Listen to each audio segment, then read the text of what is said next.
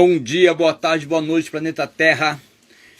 21 de julho de 2021, alto da pandemia, muitas pessoas vacinadas e hoje procurando uma cura para os nossos males. Mestre João Polêmico, lá de Juiz de Fora para o mundo inteiro, um grande capoeirista, com uma bela história, meia lua inteira.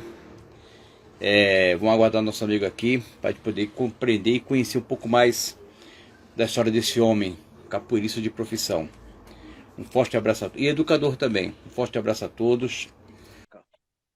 Mestre Polêmico!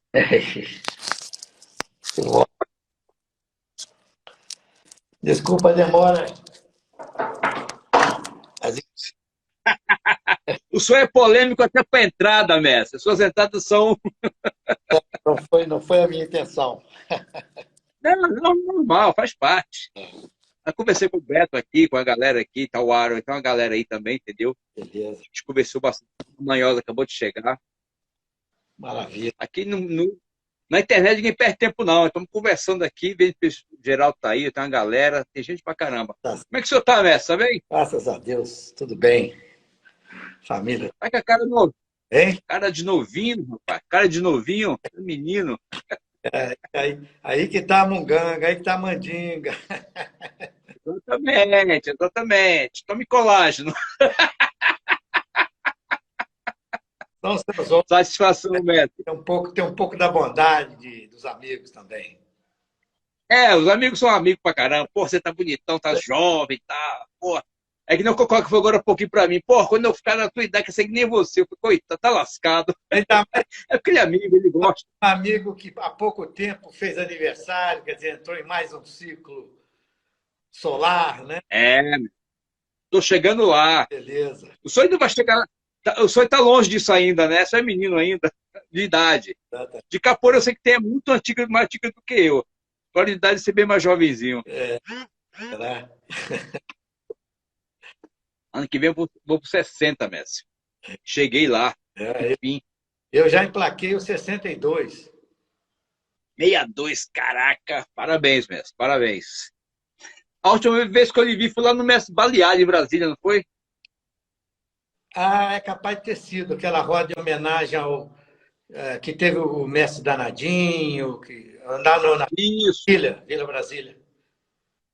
Lembrei Brasília ali, exatamente. Estava lá também. A última vez, ó. E fora aquilo, eu não lhe via há mais de 20 anos. Há muito tempo, mas muito tempo mesmo. Mas é uma satisfação ter o senhor aqui. Mestre, eu quero lhe fazer uma pergunta. Pois não. Começou a capoeira quando, com quem, quando foi e qual foi a tua relação emocional naquele primeiro momento? Qual foi o impacto da capoeira na sua vida? Sim, eu comecei no dia 21 de maio de 72. 72? 6 anos depois eu comecei capoeira. 72. 78. 72. Então, tá. E comecei 5 anos depois de um irmão mais velho, que já tinha entrado na matriz, na escola matriz, né, na academia matriz do Meia Lua. Eu entrei numa fila Aí Juiz de Fora. Juiz de Fora. O Meia Lua, que foi fundado no dia 29 de maio de 62. Portanto, registrado agora no livro do professor Paradinha, né, o Jefferson Gomes Nogueira, Sim, perfeito. como o primeiro grupo, né, mineiro de capoeira e um dos mais antigos em atuação ainda do Brasil, né? Mas nesse momento que eu entrei, um mês antes de eu entrar para a matriz, eu entrei numa filial que funcionava no sótão de uma escola que eu estudava, o Colégio Cristo Redentor, ou Academia de Comércio, né? Perfeito. Onde eu já fazia outras atividades, como um escotismo particular que tinha lá chamado Campestre, um grupo de coral, do coro Mater Verbi, né? E, inclusive, representando esse coral, eu participei em 72 da inauguração da Catedral de Brasília.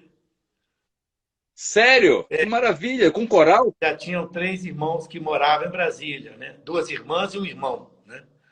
Então, houve um encontro de corais lá, numa celebração eucarística lá importante, na inauguração da catedral, e o nosso coral cantou do lado dos Canarinhos de Petrópolis, que é um coral jovem, Que fantástico! muito famoso. Sei, sei. Aí, bom, aí então em 72, nesse mesmo ano da inauguração da Catedral de Brasília, eu entrei em maio, né, para o grupo Xangô de capoeira. O grupo é liderado por um dos graduados, eram 3 mais graduados no grupo Meia Lua, e os 2 mestres, cordões ou cordéis, como a gente chamava na época, branco e amarelo, né? Que eram o oitavo estágio da antiga Federação Brasileira de Pugilismo, né? Isso Sim, sim. a partir de 74 que houve essa alteração, né? Mas um pouquinho antes ainda era a época dos calça pretas e golas brancas. Quando entrava era preta com camiseta de malha, Henning branca, o símbolozinho da rua, que é esse aqui. Isso, eu lembro do símbolo. Só que ele era menorzinho, assim, pequenininho aqui no peito. Eu lembro disso. E depois que o calça preta era batizado, ele ganhava uma calça branca, mas a camiseta ainda de malha. Só tinham 3 golas brancas, chamadas golas brancas, que era uma camisa tipo de seda ou cetim, que amarrava assim, não tinha botão não, amarrava assim, sabe, na frente. Um desses 3, legal, o Martinho, que começou a dar aula nesse grupo que depois chamou Banzo, né? Grupo Xangô, depois Grupo Banzo. Eu fiquei um mês lá e um mês depois, dia 21 de junho, eu entrei para a filial do Meia Lua no Esporte Clube Juiz de Fora. Quem está dando... Fantástico. Hoje é o Mestre Pinheiro que está dando aula lá. O Meia Lua já... Grande Mestre Pinheiro. O Meia Lua já tem uma sede própria que fica na casa do Mestre Amorim. O mestre... Amorim. Alexandre José Ribeiro de Amorim, que foi meu aluno. Sim, ele entrou em 74 e eu já estava puxando os treinos em 74. Sei. E dei sempre uma atenção muito especial para ele, que era uma pessoa muito dedicada e hoje é um grande mestre. E continuou com o Meia Lua aqui em Juiz de Fora, enquanto eu passei os 40 anos em Brasília, rodando ali pelo DF, né? Fazendo o Meia Lua itinerante. Cada escola que eu ia no Gama, SEG 4, né? Centro de Ensino 13, CG. Por onde eu passava no Gama, eu continuava com o trabalho de capoeira, sempre gratuito e fora da minha grade de ciências biológicas, né?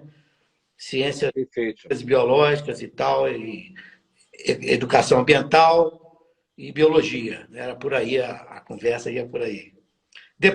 Fantástico. Depois do Gama, passei para Sobradinho, depois Cruzeiro, e aí Asa Sul, Asa Norte, e finalmente no sistema socioeducativo, onde eu fiquei os 10 últimos anos aprendendo mais do que ensinando. Né?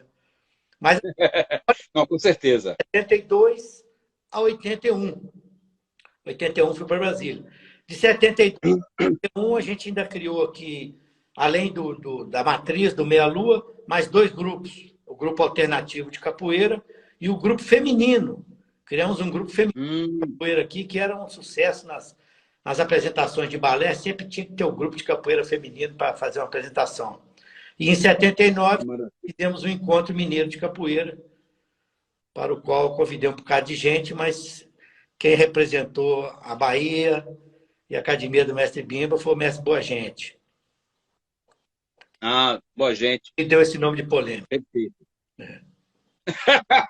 Foi ele? Foi? Foi ele. Foi. Meu grande polêmico, o senhor, mestre. Mas, mestre, vamos voltar só um pouquinho no tempo, só pouca coisa. Por que o senhor ficou na capoeira? Qual foi a isca que ele jogou e fisgou o senhor? Você sabe que eu fiz, eu não posso esconder que eu fiz uma semana de judô, sabe? Olha! Fiz uma semana de judô antes. Inclusive, tinha um grande amigo meu, o Fernando Antônio Bartolomeu Magalhães, que era meu parceiro, era muito amigo da escola, né? Até hoje somos amigos, tem um grupo do ginásio que se corresponde pelo WhatsApp, vez por outra se encontra também. Esse era um grande amigo. Ainda é, mas na época a gente era muito próximo. E fizemos judô junto. E eu me senti um pouco incomodado, sabe? Aquela coisa meio Ah, assim, não era muito o meu. Eu sempre fui um pouco mais solto, assim, muito de mato, muito de, sabe? De bichinho, de planta. Planta mais no cerrado, né? As plantas, sim. as plantas me seduziram mais no cerrado. Mas a vida Ah, que maravilha. inteira é sempre muito ligada em seres vivos em geral, né? Mais animais na época, né? Hoje eu sou muito dos micróbios também, dos fungos, etc. Mas enfim, aí depois dessa semana apareceu esse grupo na minha escola. Na Ah, escola onde a gente tinha essa turma toda e aprontava essa quantidade de coisa, né? Grupo Hamilton de datilografia, que eu comecei. nossa, Era um monte de coisa. eu lembro disso. Curso de freiras, aqueles parava quieto, né? Mas aí comecei a capoeira e fiquei muito impressionado, sabe? Com Ah, talvez, talvez a sedução da música tenha sido um dos fatores mais fortes, porque a minha família é muito ligada. Meu pai, ah, mãe, muito afinada até hoje, com os seus 104 anos, que ela completa agora dia 8, vai, parabéns, mestre. vai passar para o 105, agora dia 8 de agosto já começa o 105. E, Que fantástico, e parabéns. excita até hoje muita lucidez, depois de ter pego com 104 Covid e ainda uma doença de pulmonar, né? Uma pneumonia, mas aí ela está na cama, mas está muito lúcida. E meu pai também tocava quinta, né? Tinha uma Sei. idade muito grande. E a minha família muito grande, né? Seríamos 17, né? Ela teve 15 partos naturais, 2 de gêmeos, e Nossa, somos 13, né? Somos 13, 9 irmãos e 5 irmãs. fantástico, hein? 8 irmãos e 5 irmãs, os vivos, né? Atualmente. Grupo de capoeira aí já. E sempre tivemos um grupo de música chamado APA, cujo primeiro nome foi Unidos do Abacateiro. Então, o grupo APA fez, inclusive, apresentações fora de Juiz de Fora, com um show folclórico. E eu sempre tocava essa área da capoeira, né? Mais pandeiro, berimbau, né? E chegamos a tocar uma vez com o Gonzagão, em Viçosa, na Sério? Universidade de toquei berimbau, 3 músicas com ele, mais alguns irmãos acompanhando. Com Cartola, Que maravilha. Cartola e Nelson Cavaquinho, aqui no Teatro Central, em Juiz de Fora. Toquei um pandeirinho com eles também. Então, é um pessoal muito ligado à música. E a capoeira veio trazer esse ingrediente, né? E quando eu conheci o mestre Marco Aurélio, sempre assessorado pelo mestre Reinaldo Teixeira Alves, que até hoje é uma figura simpaticíssima, né, com os seus 82 anos, mas o mestre Marco Aurélio Moraes Barros, ele foi talvez o terceiro ou quarto aluno do mestre Fábio Rudi Maia, que foi levado Maia. para a capoeira do mestre Lima. Sabe por quem? Pelo nosso Quem? querido amigo Onça Tigre, doutor Milton Ah, Carvalho. Aí Mirto! a coisa se ficou aí, porque foi ele quem me disse isso, né? Que Ah, ele participou da primeira turma do mestre Bimba, em 38, quando ele chegou lá aos 20 anos de idade, já faixa preta de Ketscan, né? O jiu-jitsu quem é? da época. E entrou na turma de Cisnando, que depois ficou muito amigo, político também, forte em São Paulo, junto com ele no país. Exato, foi prefeito do interior aqui. Rui Gouveia e o doutor que fez o parto do mestre Danadinho, o doutor Galba. Era muito amigo do pai do Alba. Danadinho, doutor Galba. Então, esses eram da primeira turma do mestre Bimba. Mas o mestre, que se tornou muito próximo do seu mestre e amigo, ele foi convidado a formar a segunda turma. E para essa segunda turma, ele então levou o mestre Ângelo Decânio e o mestre Fábio Rudi Maia, que depois passou tempo grande no Rio de Janeiro, né? Era muito conhecido no judô também, mas treinava lá com o mestre Arthur Emílio, aquela turma toda ali, Djalma Bandeira e tal. O mestre André Luiz Lacer Lopes, né, que presenciou Nossa.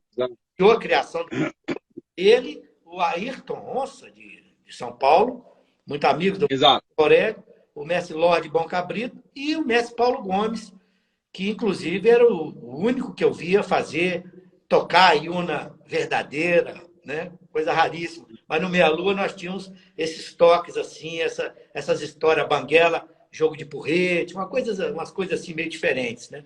Que eu procuro preservar, Sei. fazendo os toques e as músicas simultâneas com os toques, né? Mas é mais ou menos isso. Então acho que foi a música. Maravilha. Foi a música e encontrar o Marco Aurélio, que era um professor assim de uma didática, de uma pedagogia, andava sempre com uma pranchetazinha, anotando tudo. Os exames de estágios eram muito sérios, né? Nós tínhamos golpes no ar, golpes no saco de pancada, um saco de pancada que não era de pó de borracha, era de areia, e ia até no chão, Areia. Sei, sei. o besouro, que era Haja joelho. com câmera de ar de bicicleta enroladinha, balançando, e a gente tinha que acertar. O cavalete, né? Que tinham 3 tamanhos, cavalete menorzinho, cavalete maiorzinho. Ora a gente dava o golpe no cavalete de frente, ora no cavalete atravessado. Então, Sim. era uma metodologia muito interessante, além das sequências criadas pelo mestre Marco Aurélio, que lá no Meia Lua nos fazia sequência do mestre Bimba. A gente não conhecia. Não, né? Embora o primeiro nome tivesse sido CAC, né? Capoeira Atlético Clube, e depois, em 69, ficou o grupo de capoeira regional Meia Lua. Mas as sequências criadas pelo próprio Marco Aurélio, a gente defende ainda, até hoje, a eficiência delas, né? Umas sequências muito bem boladas. Agora, a sequência de balões nós fazíamos com os graduados, com os formados. Sei. Essas a gente Que fazia. fantástico. Que fantástico. E o legal, essa sua vertente cultural da família com a musicalidade e a sua inclinação para a biologia, né, para plantas, em Brasília, eu acho que criou todo esse acervo cultural, técnico, né? Isso se aprofundou muito mais ainda na capoeira e no seu ambiente acadêmico. Isso, exatamente. A gente tinha, por exemplo, o projeto Margem, que, a propósito, as 2 primeiras homepages da Fundação Educacional, nós que criamos. A Fundação Educacional não tinha página na internet. A gente criou as 2 primeiras. Nossa! Uma foi a do projeto Margem, que é de ecologia, né? De aulas sem teto. MS-DOS ainda? A gente fazia Era DOS ainda? Hein? Era MS-DOS ainda, aquela coisa rústica, né? Ah, sim, não, já era Windows, já tinha Windows.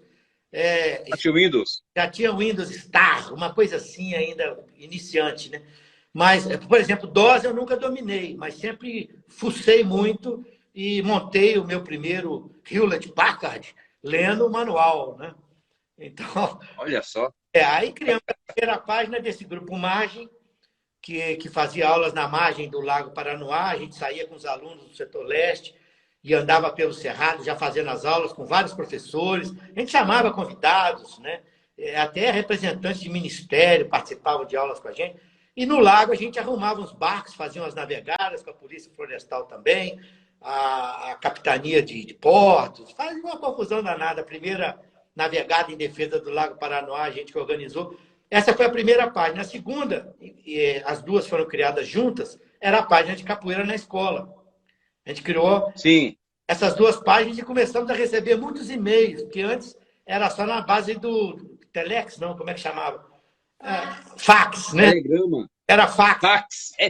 Nossa! Todo mundo mandava até para a presidência da República, convidando para os eventos, chamava as pessoas para fazer palestras e tal. E aí, então, apareceu essa história do computador e a gente montou a sala de informática e tal. Eu montei umas 3 ou 4 em escolas do DF, dessas salas. Depois que a coisa ficava muito animada, aí arrumava um outro professor para botar no lugar lá e ocupava. Mas a gente sempre montava. Mas... Só disseminava o conhecimento e ia embora, né? Não, porque o negócio é esse. Nós estamos cumprindo a nossa função. A gente está fazendo para os outros mesmo, né? Se a gente Perfeito. tiver algum reconhecimento, maravilha, que bom, porque a gente, quando olha para o espelho, vê a imagem invertida, né? Quem mostra a verdadeira imagem da gente são os outros, né? Então, Excelente observação. Se dá margem para uma conversa em paralelo bem grande. Mestre, o senhor está com fone de ouvido? Não, eu estou com um microfone aqui de lapela. Não, tudo bem, que está dando uma pequeníssima interferência, mas pouquinho, mas tudo bem. Dá para conversar, tranquilo. Vamos lá. Então, mestre, essa questão todinha, uma vez eu vi, eu tenho uma reportagem até hoje, eu tenho uma coleção gigantesca de material, e uma delas, eu peguei no Jornal de Brasília, quando eu morava lá ainda, um passeio ciclístico, e o senhor estava lá com um birimbau. Lembra? O que foi aquilo?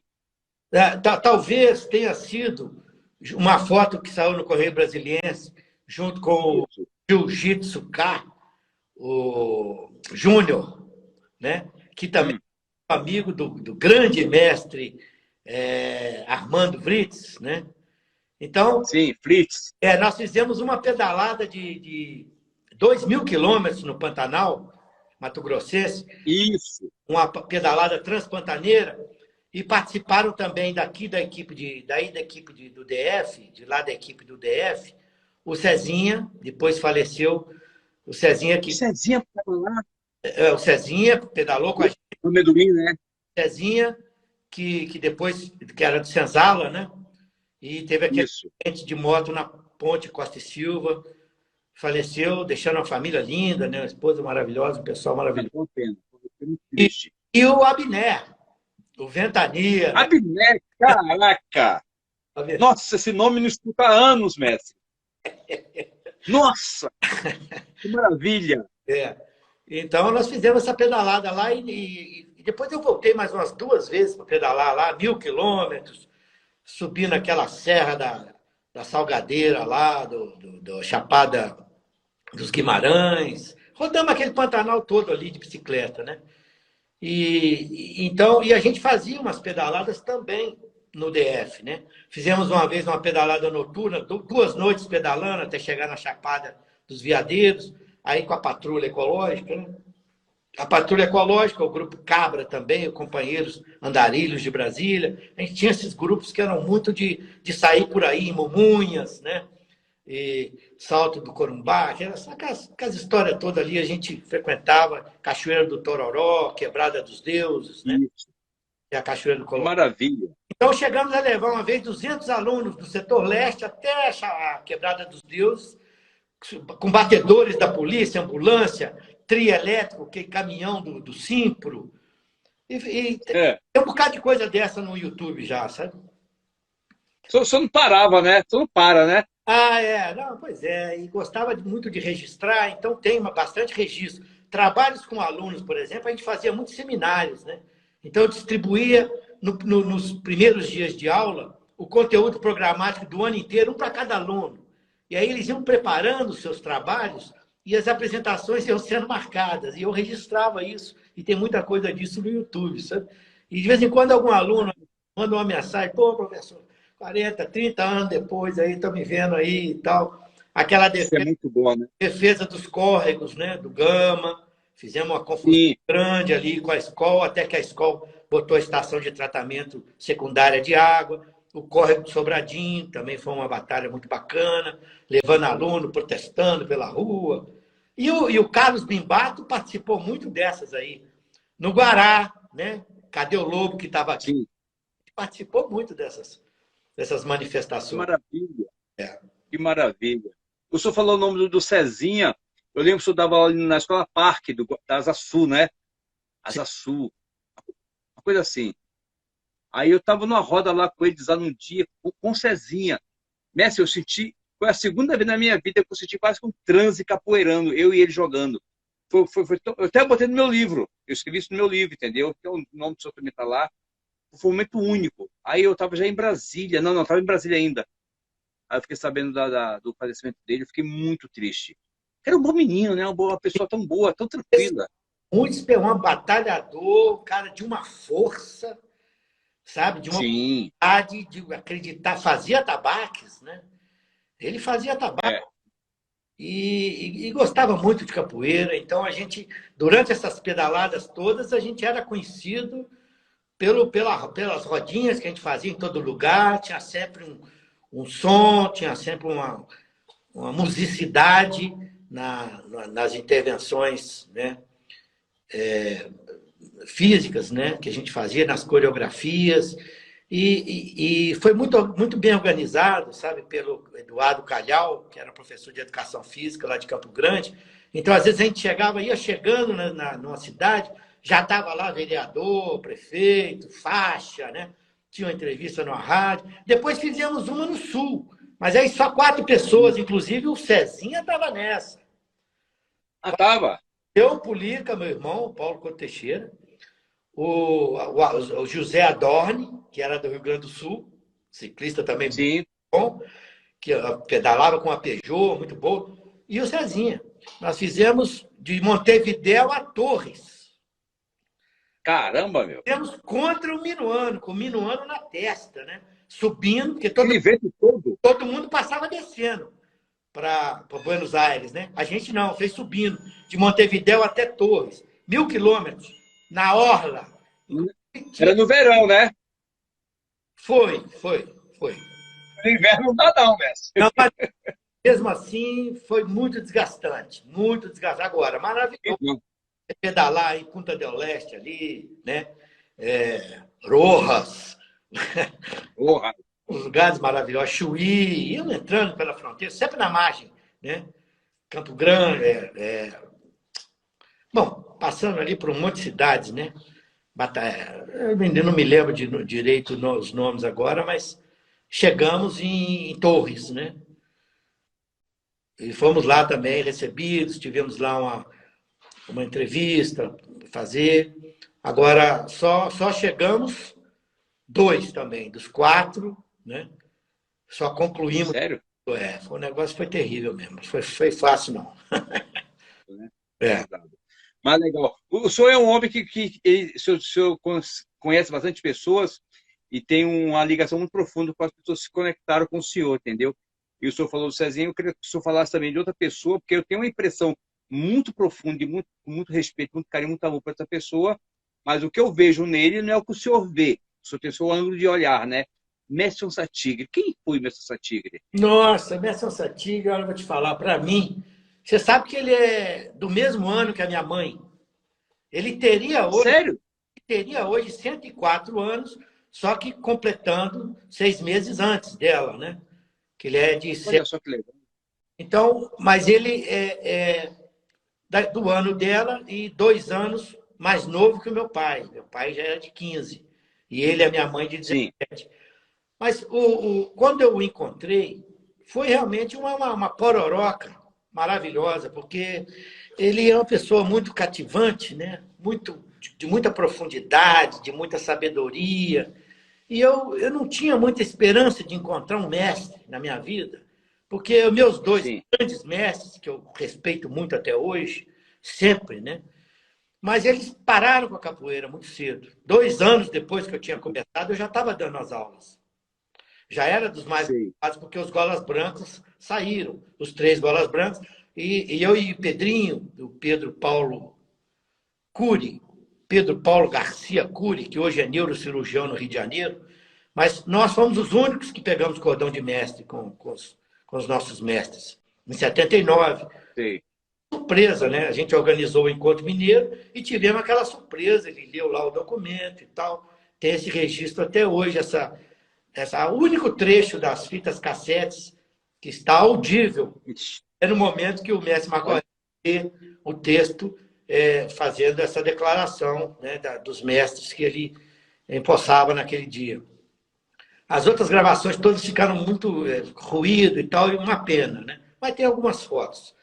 Mas aí o mestre Satigre se apresentou como um grande mestre que eu não esperava mais encontrar na vida, assim. Eu sentia essa carência, sabe? Pô, precisava de ter alguma referência. Tinha o mestre Lacê, né? Tem ainda o mestre Lacê, tem o mestre Coleiro, tem o mestre Cláudio Danadinho, são referências enormes, importantíssimas, né? Mas a Tigre foi uma relação rápida, né? De 7 anos, mas muitíssimo intensa, né? Então, e quem estava lá com ele direto éramos eu e o mestre Dom Ivan, o grande mestre Dom Ivan Zacarias Guimarães Gobo, essa eminência parda também, que, como Perfeito. o próprio mestre Onça Tigre, é pouco conhecido, né? A gente vê, por exemplo, Exatamente. aí de quem defende demais a capoeira do mestre Bimba, mas essas pessoas praticamente não mencionam. Mencionam muito o mestre, Não. mas não mencionam o mestre Onça Tigre e muito menos o mestre Fábio Rodemaia. Esse aí, então, é um ilustre desconhecido. Tanto é que a capoeira Até da Cristina. Minas Gerais. Ele teria chegado aqui só uma parte, né, para falar do mestre Onça Tigre, mas quem levou o mestre Fábio Maia para lá, ele teria chegado aqui em Juiz de Fora em 1958, fez apresentações. Na época que o mestre Arthur Emílio fazia apresentações aqui em Juiz de Fora, no Clube Bom Pastor, com Djalma Bandeira, com Valdemar Santana, tem fotos deles aqui em Juiz de Fora. E aí, nessa época, então, o mestre Fábio Maia começou a ensinar e um dos primeiros alunos dele foi um juiz forano chamado Antônio Cavalieri. Cavalieri, mestre Cavative Coelho. Depois, Figura maravilhosa. Lamentavelmente foi embora também. isso em 58, exato, há pouco tempo. E depois entrou o mestre Clóvis Gonelli, né? E Clóvis Natal Gonelli, que também faleceu há um pouco mais de tempo. E depois entrou para a polícia e tal, mas era talvez em 58 para 59. Em 59 entrou o mestre Reinaldo Teixeira Alves, e em 60 entrou o mestre Marco Aurélio Moraes Barros. Os três últimos, né, Clóvis, Reinaldo e Marco Aurélio, fundaram em 62 o Meia Lua, com acompanhamento de perto desses que eu citei, né, o Lacê, Paulo Gomes e o Ayrton Onça, que eram e o mestre Lorde Bom Cabrito, né, que também era Sim. conhecido, era desse grupo, desse pessoal. Aí, bom, mas aí então o mestre Onça Tigre, esse encontro com ele, quem me apresentou, quem me falou dele foi o mestre Gilvan, teu companheiro, aluno do mestre Barto, Capoterapia. que Isso. então, que aliás, uma safra maravilhosa desse mestre Barto, né? O Barto foi fantástico. Tirando eu, todos os outros são maravilhosos. Digo My Friend, né? Gente maravilhosa. O próprio Aloysio, né? Que ficou muito tempo. Aloysio. Começou com você, né? Amigão, amigão, amigão. Cadê o Aloysio? O Aloysio está lá, na Brasília, né? Está lá em Brasília. Nunca mais o vi. Ele... Nunca mais vi. Com saudade. Procura as motos que você vai encontrar ele. Moto? As motos, né? Que ele anda com as motos lá e tal. Eu não sabia, eu não vi há 30 anos. A dona 30 anos. Dona Eunice, mãe dele, graças a Deus também está bem, né? Então, e o Mestre Cal, né? A turma forte, a turma do Mestre Barto. Sempre o Mestre Barto é muito querido, porque de uma elegância sempre foi e tal, eu imprimo muito. Sim. Mas foi o Mestre Silvan que me falou, olha, o Mestre Onça Tigre e tal, e eu fui lá ver. Fomos lá, eu, o Aloysio e a Lua Bonita, que foi batizada pelo Mestre Onça Tigre de Lua Bonita, né? Que era companheira das armações de capoeira. Então, fomos muito bem tratados por eles sempre, né? E viajamos um pouco, fomos para São Paulo também, tivemos juntos em alguns lugares, fazenda dele, era uma pessoa também muito ativa, e aprendemos demais com ele, e tem muito registro, né? Registros que eu ainda estou aprendendo a editar e tal, a recortar e colar, mas, por enquanto, os registros que tem são meio brutos mesmo, material bem bruto, que não está praticamente editado, pouquíssima coisa editada. Mas o mais importante é que tem esse material. O mestre Onça Tigre, ele era muito político, né? Ele defendia muito. a causa. Ele fundou o Teatro Experimental do Negro, em São Paulo. E olha, eu arriscaria dizer, inclusive, que ele levou a capoeira para São Paulo. Porque ele fundou a cidade em São Paulo, Estrela do Oeste, que agora está afetada por esse desgoverno aí, fazendo essa estrada de ferro, que para lá, né? Justamente, Estrela do Oeste. Exato. Cidade que ele fundou e construiu, porque era uma pessoa que tinha posses, muita sabedoria e muita atenção para com as pessoas. Um grande comunicador. Exato. E ele construiu muitas casas populares, né? Então, ele só não ficava muito tempo em alguns lugares porque tinha uma função muito importante no partido, que inclusive teve muito tempo na clandestinidade, né? Mas ele, Exatamente. de 38 a 45, a área dele era Salvador, você sabe disso, né? Né? Sim, Salvador, exatamente. Aprontando em Salvador, era do Ah. Pimba ter que passar na casa dele, por exemplo, 5 horas da manhã com o jornal, bater lá e falar, Nirton, chamava de Nirto, né? Nirto, foste tu, Nirto? Foi tu, né? Sim, senhor. Gostei! E ele que era companheiro do mestre Bimba, que ele não se falava aluno, não. Eu acrescentava que ele também era professor, porque ensinou, quando ele entrou eram 55 golpes, quando ele saiu de lá eram mais de 100. Então, inclusive a tesoura voadora, que era a especialidade dele, né? Diz que uma vez ele Sim. conta isso, está registrado no filme que nós fizemos, ele falando que numa dessas apresentações, que o mestre Bimba queria que fosse sempre com ele, né? Mas ele perguntava, mas mestre, não dá para levar um outro? Fala, nossa, tigre só tem um. Eu disse que o mestre falava assim para ele, né? Aí disse que numa dessas, o mestre Bimba, com um facão daqueles grandes, e ele, como ele dizia, nu da cintura para cima. Mas entrou lá a tesoura voadora nas pernas do mestre, e disse que foi o mestre para um lado, o facão para o outro. Quando o mestre Bimba foi levantando a banana assim, o lombo, falou, único homem que me derrubou.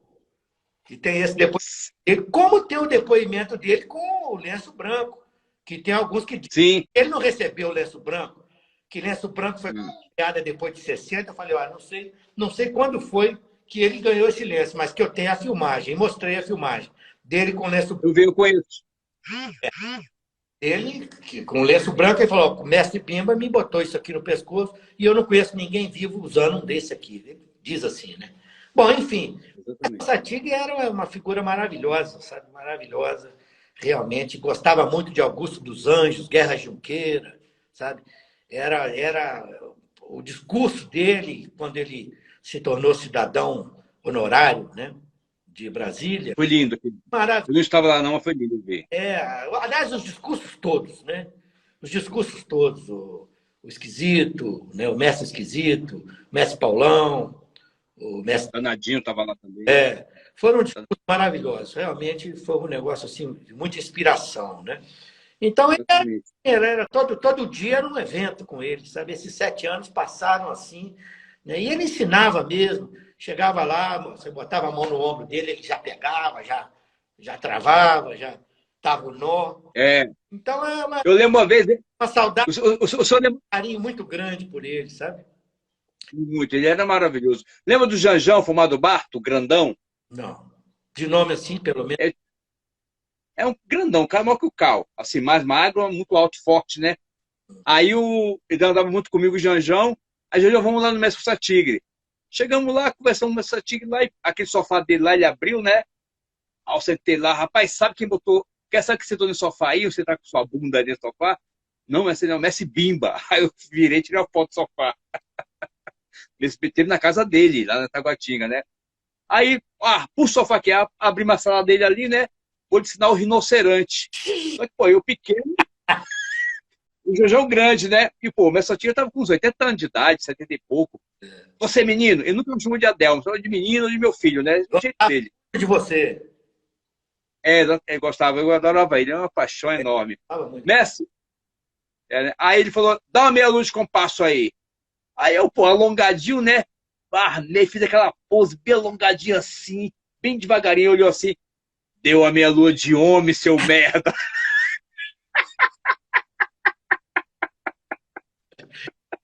Muito sincero, né? Bem a cara dele, né?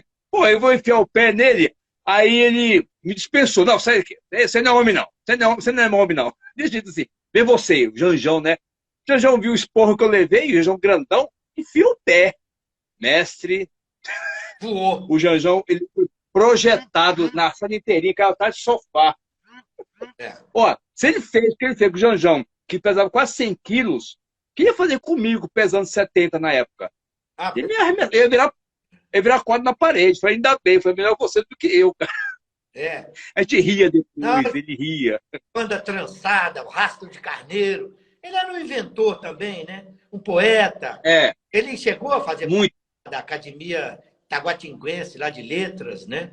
A gente isso. ficou com ele lá de sessões lá, solenes. Então, e é uma figura maravilhosa, realmente um aprendizado a todo instante, né? Um grande mestre, que eu fico um pouco assim triste quando eu vejo que por questões políticas, certamente, né? Porque ele era assim, quando gostava, gostava, quando não gostava, não gostava. Então ele tinha só, Exatamente. como ele tinha, por exemplo, bronca com o mestre Ângelo Decânio, né? Você sabe disso? Sim, sei, contou a história. Tem a história toda. Alguma. Tem a história toda. Então, isso. Agora, quem levou a capoeira para. Quem facilitou lá para o mestre Bimba para a capoeira ser aprovada, ser retirada do Código Penal, foi ele. Ele levou a capoeira para o CPOR. Essas histórias. Sim, ele que ensinava. Tem esse registro que outras pessoas levam o nome, levam a fama, Exato. sabe? E E ele não foi, não, foi outra tigre. Ele que estava por trás disso tudo, que era o grande mentor. E gostava demais do mestre Bimba. Ele dizia que eles iam caçar tijubina do beiço roxo juntos. Eu sei o que é tijubina. Beiço roxo. Ele estava por aí com o mestre Bimba. Então, eles eram muito amigos, né? E eu aprendi a respeitar o mestre Onça Tigre e todos que o conhecem mesmo, né? Que chegaram a conhecer, o mestre Cláudio, o mestre Angoleiro, tem uma consideração muito grande, e os pais dele também tinham, né? Muito grande por Onça Tigre. É, né? É um cara Fantástico. maravilhoso. Tem muita. O senhor conheceu, Sim, o senhor conheceu o falar do Messi Guga? Guga. É, Não. não, né? O Messi Guga, eu conheci ele através do Edilson, que é meu aluno que veio para São Paulo comigo, grandão. O senhor deve lembrar dele. Aí não sei o que aconteceu, entrar em contato. Aí o Messi Guga me levou na casa dele. Entendeu? Aqui mora no bairro Nobre, aqui em São Paulo. Aí começamos a conversar sobre capoeira lá. Vem cá, Delmeida, ele era da Folha de São Paulo. E segundo o Onça Tigre, os dois que deram aula aqui na década de 50, no Teatro Negro, que o Onça Tigre fundou, foi ele e o Guga. Aí o Guga me levou no quarto dele, numa sala de escritório. Mestre, ele mostrou um material lá e tinha o quadro do Mestre Bimba, de formatura, né? Padrinho dele cisnando, e mostrou uma foto que eu fiquei assim impactado. O Mestre Bimba magrinho, magro, com a camiseta regata, num ambiente assim, com a casinha de fundo, o Guga dando a bananeira e o cisnando dando a cabeçada nele. Foto maravilhosa. Foto assim de livro, de capa de livro. Aparece Tá bom. os três, é? Hã? Aparece os três? Parece os três na foto. Mas eu não tenho essa foto. Olha. Tá com a família dele. Mas veja só. Aí a gente conversando lá com ele, com o Onça Tigre, né? Aí falamos que conhecemos o Mestre Guga. Eu quero encontrar ele. Aí a gente fez o evento aqui em São Paulo, foi da década de 2000, alguma coisa de 2002. Fizemos dois encontrar. E, mestre, já viu? Duas pessoas, não sei, há muitos anos, chorando que nem criança, dois homens. Chorava. Sabe? Eu não conhecia a relação dos dois, né? Vi ali que era profunda. Aí daqui a pouco me leva para sua casa. Aí ele foi para casa do Onça Tigre. A esposa do Mestre Guga, com o alemã, liga pra gente. Vem pra cá agora. Tira esse homem da minha casa aqui. O que foi? Ele tá fazendo yoga com o Guga, botando o Guga de bananeira. Ele tinha tido um AVC, não tinha um movimento de braço, né? E fazendo o Guga fazer yoga de cabeça para baixo, fazer bananeira da capoeira, treinar as coisas nesse bimba. Ligava assim, não com raiva, né? Aí, tipo assim, preocupado com o Guga, vai matar meu marido. Já... E eles treinando. Foi muito marcante. A gente ficou muito feliz de dar a oportunidade para os dois esse encontro, né, naquela época. Foi 2002, alguma coisa assim, faz bastante tempo. Não, você sabe que me lembrei agora de uma coisa, quando você falou isso, que teve uma... Quando ele se encontrou com o mestre Mário Boncabrito, por ocasião da gravação daquele CD Capoeira Angola e Regional, Capoeira 500 anos, Certo. 2000, né? 2000 ficou pronto. Foram 2 anos de gravação. Foi um carro para gravar. Isso. Então, Mas teve um dia que os dois se encontraram ali na frente do estúdio, na 205. Eu tava ali, eu tava lá. Aí eles se encontraram ali, e aí o mestre Satig foi fazer uma bênção nele assim, e ele fez uma negativa de Angola, né, que é a negativa bem no chão, e eu acho que aqui naquilo ali deu um problema, uma distensão daquele músico, eu esqueci o nome agora, aquele que dói bastante. Enfim, ele ficou com ciático, ele ficou com aquele problema por muito tempo. Aí uma vez, ele, o mestre Dom Ivan, ele querendo resolver aquele problema, falou, não, só se a gente for lá no centro, lá, que o Ivan disse que conhecia lá um centro em Sobradinho. Vamos lá, rapaz. Você acredita que o dono do centro lá, incorporado lá, levantou o mestre Satir pela perna assim, ó, com a mão, cabeça para baixo? Sério? Um negócio impressionante. Eita, e aí? Nós estávamos lá, o dono do centro lá, o senhor lá. E aí, depois deu uma garrafada para ele, que ele andou tomando a garrafada, curou o ciático dele, que ele sentia muito aquele ciático. Só que depois teve aquele acidente também. Logo depois que o mestre Risadinha visitou a casa dele lá, só estava lá no escritório, com aquele armário enorme, cheio de livro, pesadíssimo. O armário cai em cima dele. E ele se esconde, é uma estante, né? É uma estante cheia de livros. E ele se esconde embaixo daquela mesinha, daquela escrivaninha dele, muito forte, madeira muito forte, que tinha cheia de bala de canhão, tudo quanto é tipo de bala de tudo quanto é tamanho. E ele se esconde ali, só que a mão virou para trás. Aí eu fui, inclusive, visitar no hospital lá de Taguatinga, né? Mas, enfim, aquilo ali foi um negócio sério que aconteceu com ele, mas ele sobreviveu. Agora, o difícil mesmo foi no final, né?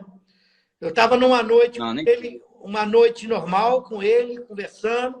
Na manhã seguinte, ele estava na casa do vovô, estava cheio de remédio, já não falava mais direito, de uma hora da noite para o dia, literalmente falando. Então, porque ele estava meio bravo, querendo bater em polícia no meio da rua, né?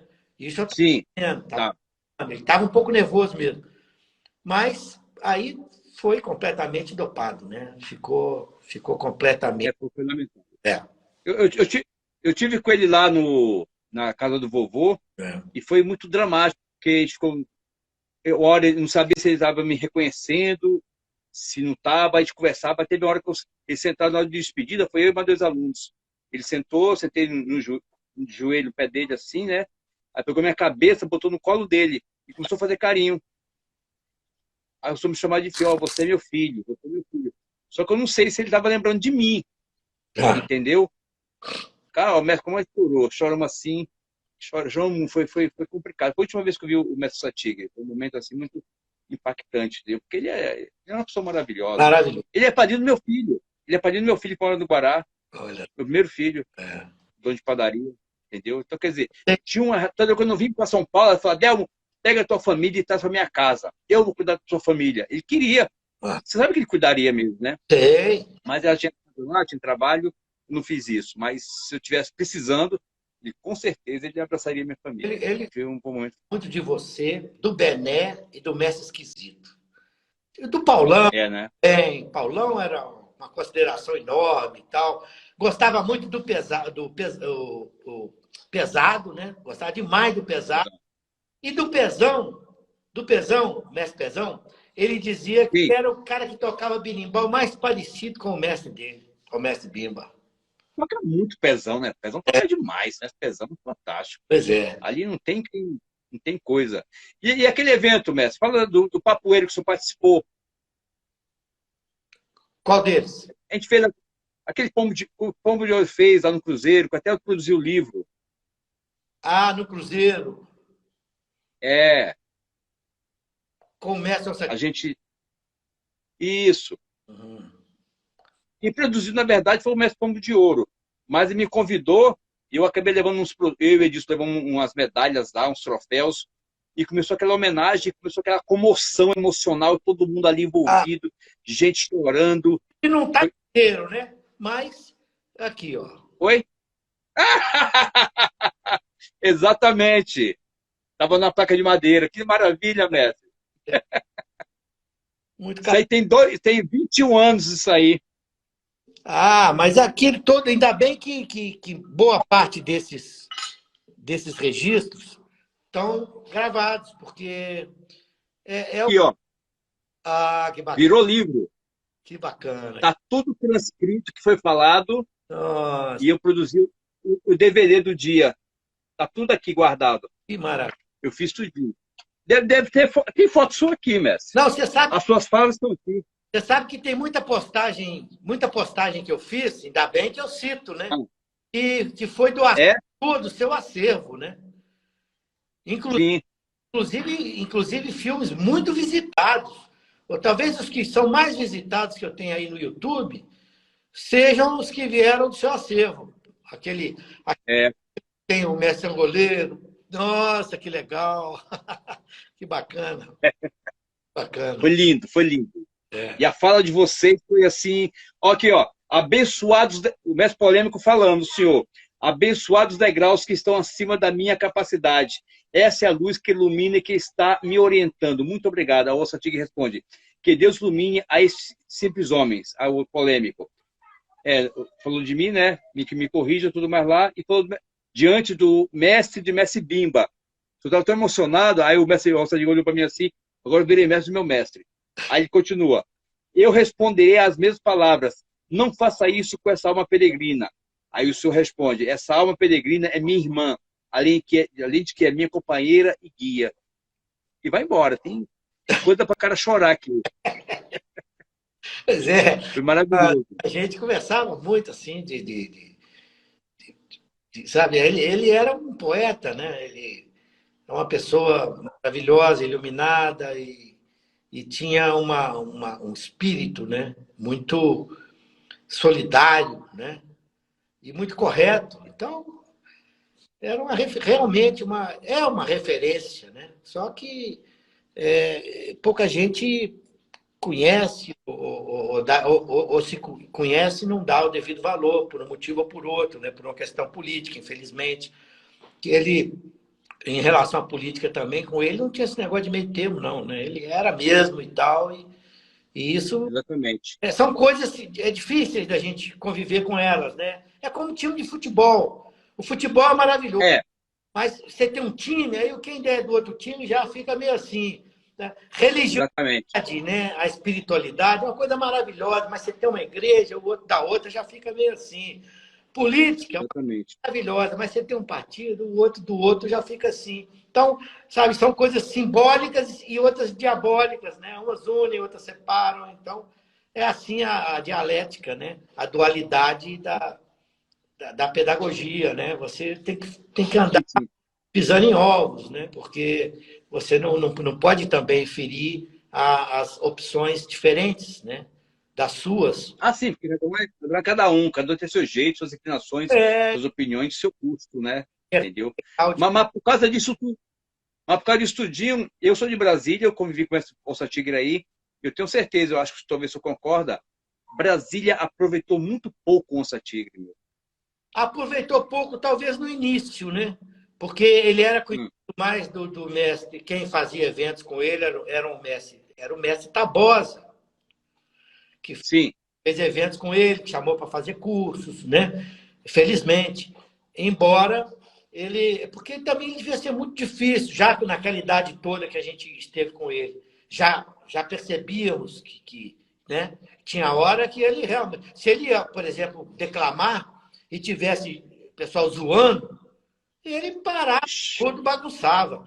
Aquele capoeira que teve no CIEF, ele muito indignado, né? E tal, por vários motivos, inclusive eu posso ter sido um desses também, porque, enfim, a gente é falho, né? Mas ele percebia muitas coisas, né? E acompanhava com muita. Enfim, ele era uma pessoa muito emotiva também, né? E quando precisava ser rude, ele também sabia ser, né? Mas, Sabia. Ele era bonito. mas o que fica para mim mesmo é a importância, o valor da pessoa, né? Que pessoa, que grande. E eu fico pensando assim, a contribuição que ele não deu para a capoeira, né? Que ele deu para a capoeira. Uma contribuição enorme. Porque eu tenho minhas desconfianças mais pessoais, aqui sou eu mesmo falando, né? Para mim, ele resolveu entrar no Mestre Bimba em 1938, ou seja, 2 anos depois que o Mestre Bimba desafiou o mundo inteiro. Quaisquer lutadores de quaisquer artes marciais. E ele era um cara muito ligado nessas coisas, porque ele foi estudar lá em Fortaleza, jiu-jitsu lá em Fortaleza, teve lá um professor que não devia ser brincadeira, porque o cara ficou muito bom. Ele já vinha com uma história pregressa também, que aos 9 anos de idade cruzou com o Lampião na fazenda do seu... Exato. Né? E aquela O história... avô dele impediu o Lampião entrar lá, né? Hein? Como é que é? O avô dele ele lutava contra o Lampião, né? Era falange contra o Lampião, o avô do Mestre Onça Tigre. Não, mas essa história que eu sei, que inclusive nós reproduzimos, tá, o som está um pouco difícil de ouvir, mas eu coloquei, tem 1 hora de fala dele, tá aí no YouTube. Você escreve lá, Legal. digita lá, Onça Tigre e Lampião, que ele conta a história. Vou ver. E chegou o bando de Lampião na fazenda do avô, do pai dele. Acho que era pai dele. E Lampião chegou pedindo 20 conto de réis. Aí, quem foi ao banco buscar o dinheiro? Tijuão, como ele falava, Tijuão. Que Tijuão é um tio valente danado que ele tinha lá. E Tijuão, quando chegou com aquelas notas grandes, que ele falou, aquelas notas grandes de 500 réis, devia ser, quem contou foi ele, o Onça Tigre, com 9 anos de idade. Contou as notas e tal, e as notas foram entregues a Lampião. E um cabra do Lampião falou na hora, não, mas vamos contar para ver se está certo. Aí o Lampião já deu uma bronca, falou, se contar dinheiro de homem sério desse, rapaz, vocês têm respeito, não sei o quê e tal. Aí serviram um cafezinho para o Lampião. Lampião ia pegando o cafezinho, Tijuão, que acabou de chegar do banco, falou, não tomei um cafezinho até agora e pode ficar atrás desse dinheiro, tomou o café da mão de Lampião, que os cangaceiros botaram as armas em cima. E Lampião falou, quieto, seus cabras, vocês nunca viram homem quando vê tem medo? Aí mandaram os cabras... E disse que o tio João, ou o pai do mestre Onça Tigre, falou com ele, olha, tá aqui o dinheiro, vamos dar tudo, mas tem só uma coisa que eu vou pedir, não mexe com as mulheres. Que aí o mestre Onça Tigre contava que onde eles passavam, saía muita doença venérea, todo mundo infestado e tal. E aí o Lampião garantiu que ninguém... falou para os homens, ninguém mexe com as mulheres. Tá isso falado por ele mesmo nessa gravação. Aquela fitinha pequenininha que a Bela gravou um dia que estávamos eu, Bela e Laura, aparece lá no escritório dele, na casa dele em Taguatinga. Então, o cara que veio dessa... E saiu por aí. Quando ouviu dizer que tinha o mestre na Bahia, ele falou para o pai que queria estudar odontologia na Universidade da Bahia.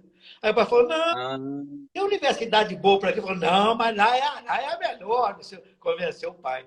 E foi estudar odontologia na UFBA por causa do mestre Onça Tigre, do mestre Bimba. E lá, então, tiveram essa história toda maravilhosa, né? Que durou... Fantástico. Até ele comenta que quando voltou para Mossoró, né? O pai dele foi buscar ele estava com o birimbau na mão. Eu falei, cadê o diploma? Deve estar na mala do lugar aí. Ele com o birimbau.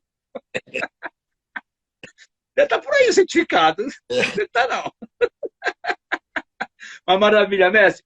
Mestre, eu preciso fazer 5 perguntas para o senhor. Pois não. Depois o senhor encerra a live e aí eu faço as considerações finais e o senhor encerra a live porque ele é sua, tá bom, mestre? Pois não. Posso perguntar? Perfeitamente.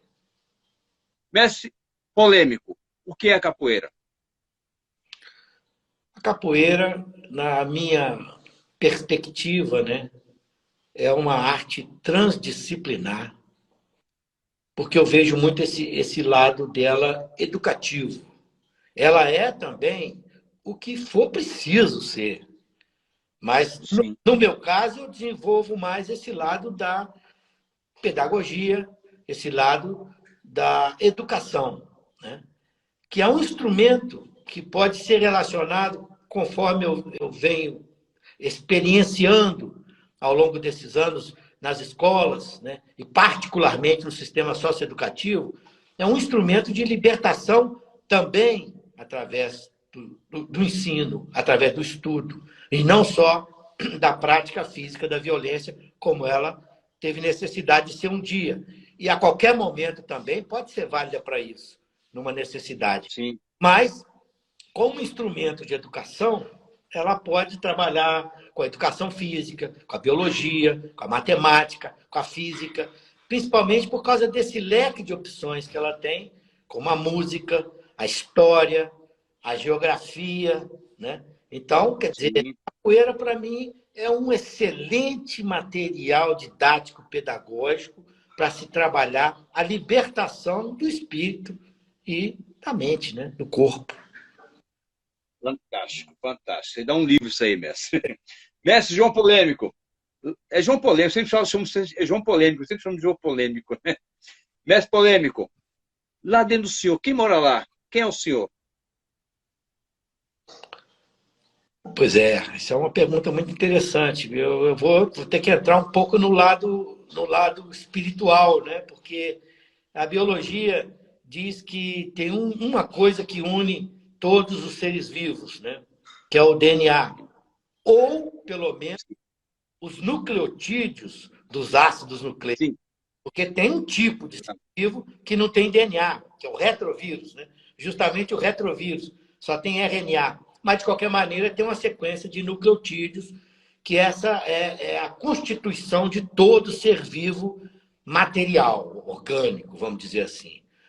Então, eu acho que eu sou como o mestre Adelmo e como todas as pessoas e seres que a gente conhece, não só vivos, mas somos parte de um DNA muito antigo, né? Que eu acho que o mestre, sabe que o mestre Satigre, ele tinha umas conversas dessas. Ele virava para você e perguntava: quantos anos você tem? Eu, 17, na época, 20. Mas há quanto tempo existe a vida que habita o seu corpo? Aí, eu fiquei muito tempo pensando sobre essas coisas e cheguei à conclusão que a vida nunca começou. Ela sempre existiu. E se ela nunca começou, ela também nunca acaba. A forma, a manifestação dessa vida essa vida pode se manifestar de maneiras diferentes. Mas a vida em si, ela começou com a vida que sempre existiu. Que uns chamam de criador, outros dizem que não tem nome, isso aí é o que menos interessa. É o que menos me interessa, saber se Maria Exato. ou se Santíssima Trindade. Isso aí não me interessa tanto quanto os milagres que acontecem a todo instante e nesse momento estão acontecendo dentro do nosso corpo, que é um planeta, que é um universo. Você tem o macro e o micro, né? Então você tem uma energia e a vida é um plasma, né? A matéria não tem só 3 estados físicos. A Rússia já estuda a física do plasma há muito tempo, a nível. E nós, aqui nos nossos livros didáticos, você pode olhar até hoje. Dificilmente você vai ver o 4º estado físico da matéria, que é o estado plasmático, que é o fogo. O fogo não é sólido, nem líquido, nem gasoso. Então a vida é um plasma, quer dizer, é uma chama, que quando se apaga, o corpo esfria e tudo mais. E você precisa de manter essa fornalha alimentada com o carvão produzido pelas plantas, pegando emprestada a energia do sol, através da fotossíntese. Então, nós temos síntese e análise, né? Quer dizer, energização, materialização, isso acontecendo simultaneamente, a oxirredução, que seja na química, né? Com os mesmos elementos, estequiometricamente idênticos, por exemplo, da fotossíntese e da respiração. Uma coisa maravilhosa, que só pode ser coisa mesmo de divindade, né? Só pode ser. Então, eu acho que nós somos fragmentos, nós somos, vou dizer numa linguagem mais atual, né? Parte de um corpo místico, de uma vida que sempre vai existir. Então, um pedacinho, é uma célula, ou, não vou dizer também uma partícula celular, porque aí também, eu acho que uma célula fica bem. Uma célula de um organismo que tem 16 trilhões de células, como seria... E como as coisas são associadas, né? Você vê 100 bilhões de galáxias, com cada galáxia tendo 100 bilhões de estrelas. Então, também o organismo tendo 16 trilhões de células. E talvez a população de todos os seres vivos. Quer dizer, nós somos parte de uma divindade, sabe? E eu me considero uma pequena parcela e espero poder contribuir para o resto do corpo, os outros órgãos, os outros sistemas, dar uma pequena contribuição que seja. Fantástico, fantástico, mestre. Eu tenho um grande mentor também, Gilberto Guidi, né? Ele falou para a gente dias atrás que todo ser humano tem que ter duas coisas. Primeiro, uma chave e outro, um grão de areia no bolso. A chave é para abrir os segredos. Quando os segredos vier para você, você abre. Se não conseguiu abrir, lembra do grão de areia. É o que você é. É o que o senhor falou agora. Mas um grão de areia, se for tirado do universo, faz falta. Faz falta. Mas não tem como Faz ser falta. tirado, né? Lavoisier já dizia, tudo se renova, né? Nada se cria. Exatamente.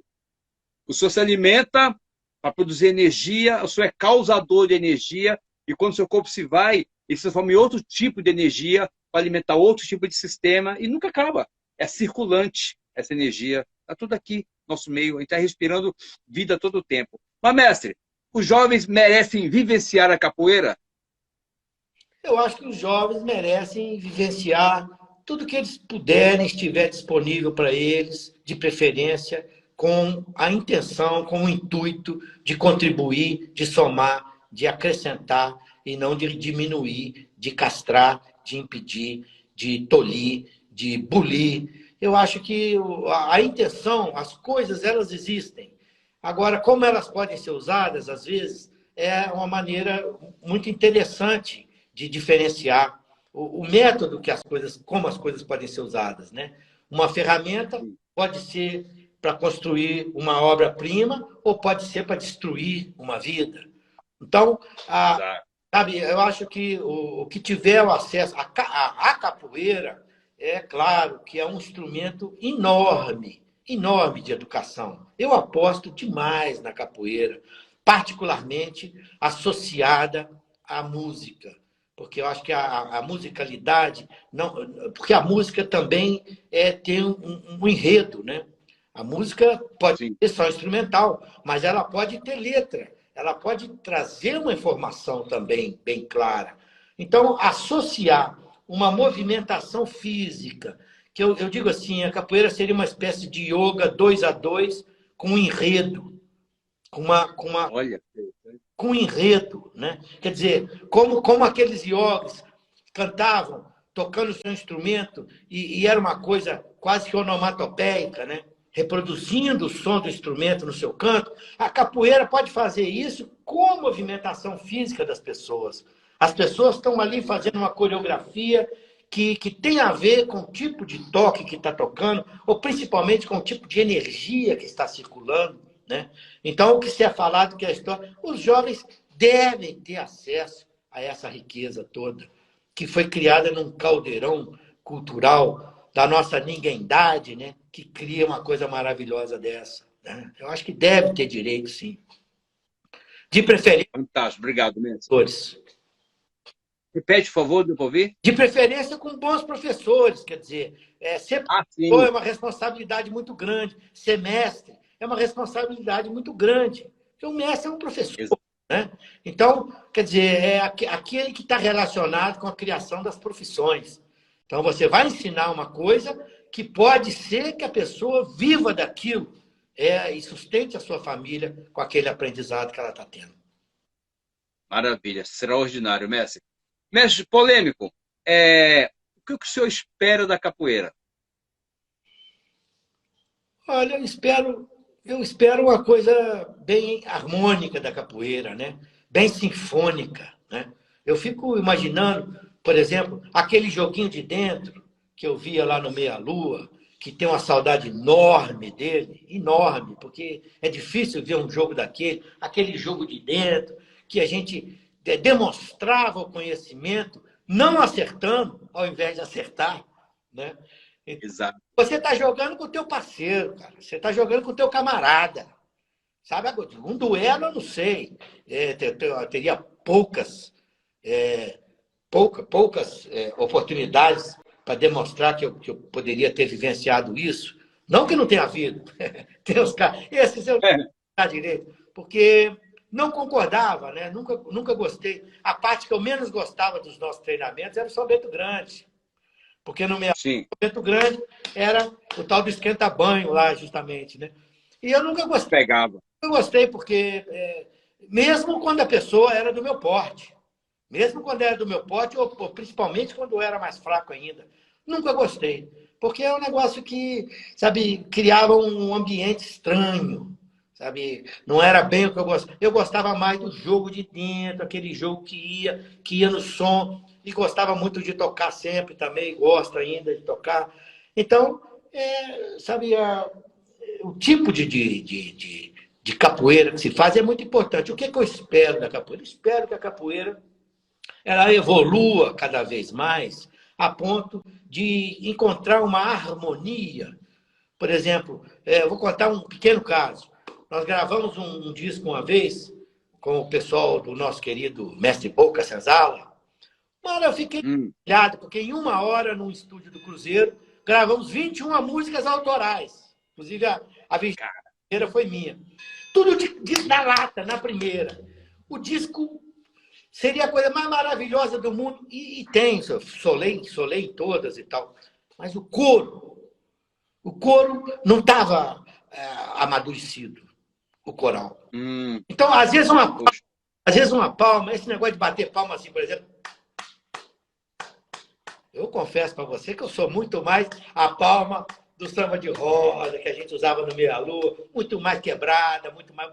Então, Ritmada, exatamente. A ginga. A ginga que a gente faz, a ginga que eu... Era um negócio assim, sabe, diferente. Então, a capoeira tem muita coisa para se harmonizar na capoeira. Desde da pessoa que está até assistindo, hoje, quanticamente falando, né?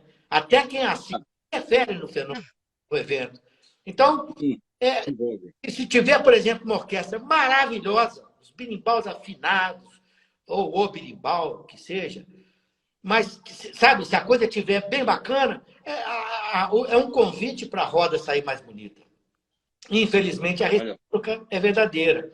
Se você tem um ensinamento rude, é um convite também para o jogo ser mais rude.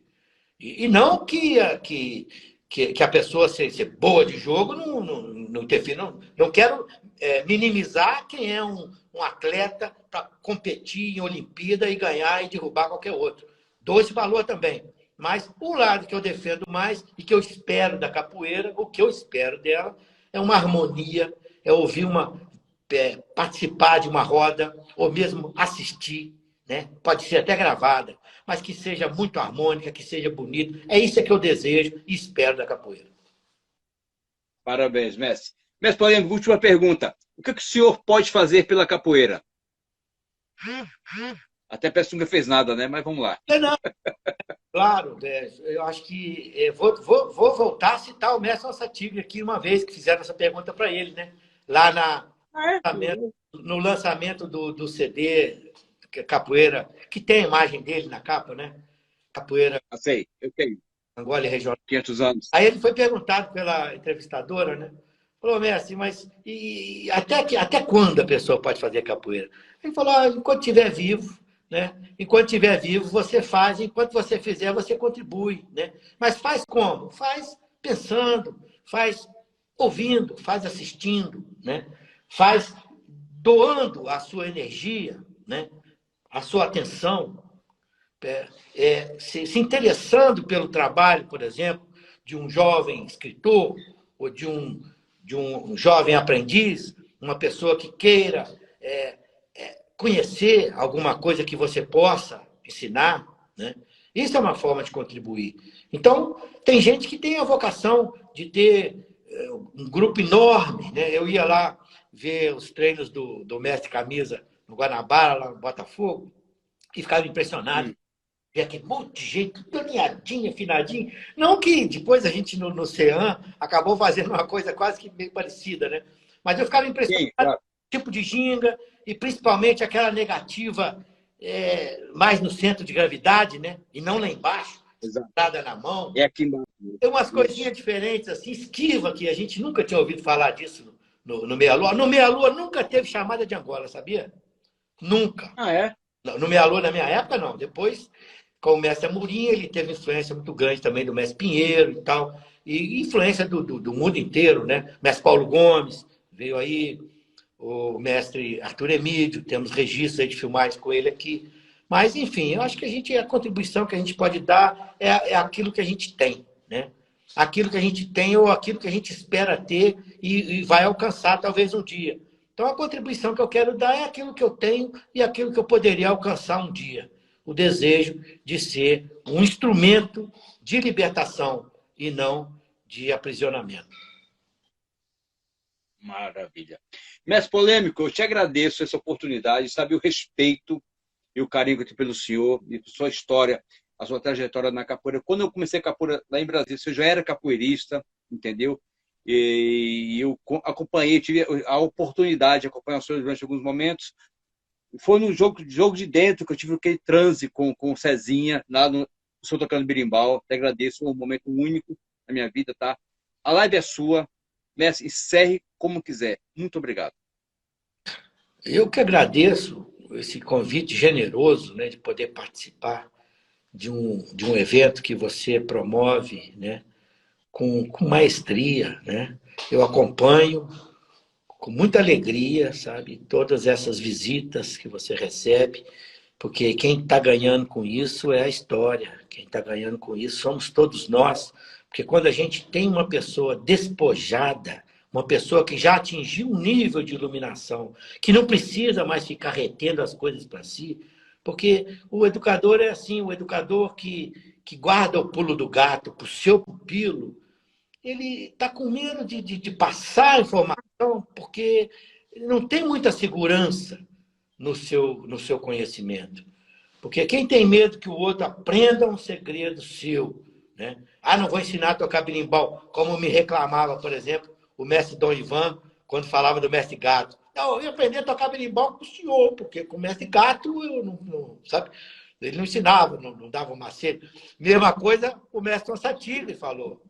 Ah, eu estou aprendendo berimbau contigo, porque o mestre Bimba não ensinava. Aí depois eu já ouvi. Ele só ensinava quem pagava. Agora, o Nelson Sativ contribuía demais, mas isso é outra história. Inclusive, ficava sem receber das apresentações que os dois faziam para turista, para que ele pudesse ficar com tudo. Mas, então, eu quero aproveitar para fazer esse encerramento fazendo esse elogio, né? Pela seriedade do seu trabalho, né? Eu também tive essa oportunidade de acompanhar um pouco. Tudo bom? Sofia. O Dom Ivan, o mestre Dom Ivan, tem uma filha chamada Sofia também. Legal. Tudo bem, Sofia? Boa noite, noite polêmico. Oi. E esse gatinho aí? É gatinho ou gatinha? É gatinho. Gatinha. É Smeagol. Não é Smeagol, é Marie. Tá vendo? Não tem jeito. Bonito nome. Vai lá. Parabéns. Beijão. Então, mas eu quero parabenizá-lo, viu, mestre Adelmo, com todo carinho mesmo, de coração, porque eu vejo no seu trabalho na sua pessoa, né? Muita luz, sabe? Eu imagino o que você deve ter passado na vida também, todos nós, né? Tivemos momentos de muita dificuldade. Eu sou o primeiro a dizer isso, sabe? Acho que as pessoas aprendem muito ouvindo as experiências reais que a gente teve, e eu acho que não é a queda da rasteira que vai te fazer uma pessoa muito boa na capoeira, mas é a forma de você se reerguer, né? A volta por cima, né? O chapéu de couro, né? O S dobrado da saída, que vai ficar, que vai marcar mais. Então, quero te parabenizar, viu? Continue nesse trabalho aí. O que precisar, pode contar com a gente. Apoio totalmente o seu trabalho, muito sério, você e uma família maravilhosa. Parabéns a todos. Mestre, muito obrigado. Eu faço pela capoeira e pelo que eu aprendi com os senhores. Só isso. Eu só estou transbordando o que vocês encheram o meu pote, então eu tenho que botar para fora. Entendeu? Nada mais do que é só uma passagem, tá bom? Te agradeço a oportunidade também, tá com o senhor. Saudade do senhor, espero vê-lo logo, logo, logo. Saúde, paz, prosperidade para o senhor, sua família, amigos e grupo. Tá bom, mestre? Amém, família. Sim. Tudo de bom, mestre. Um abraço.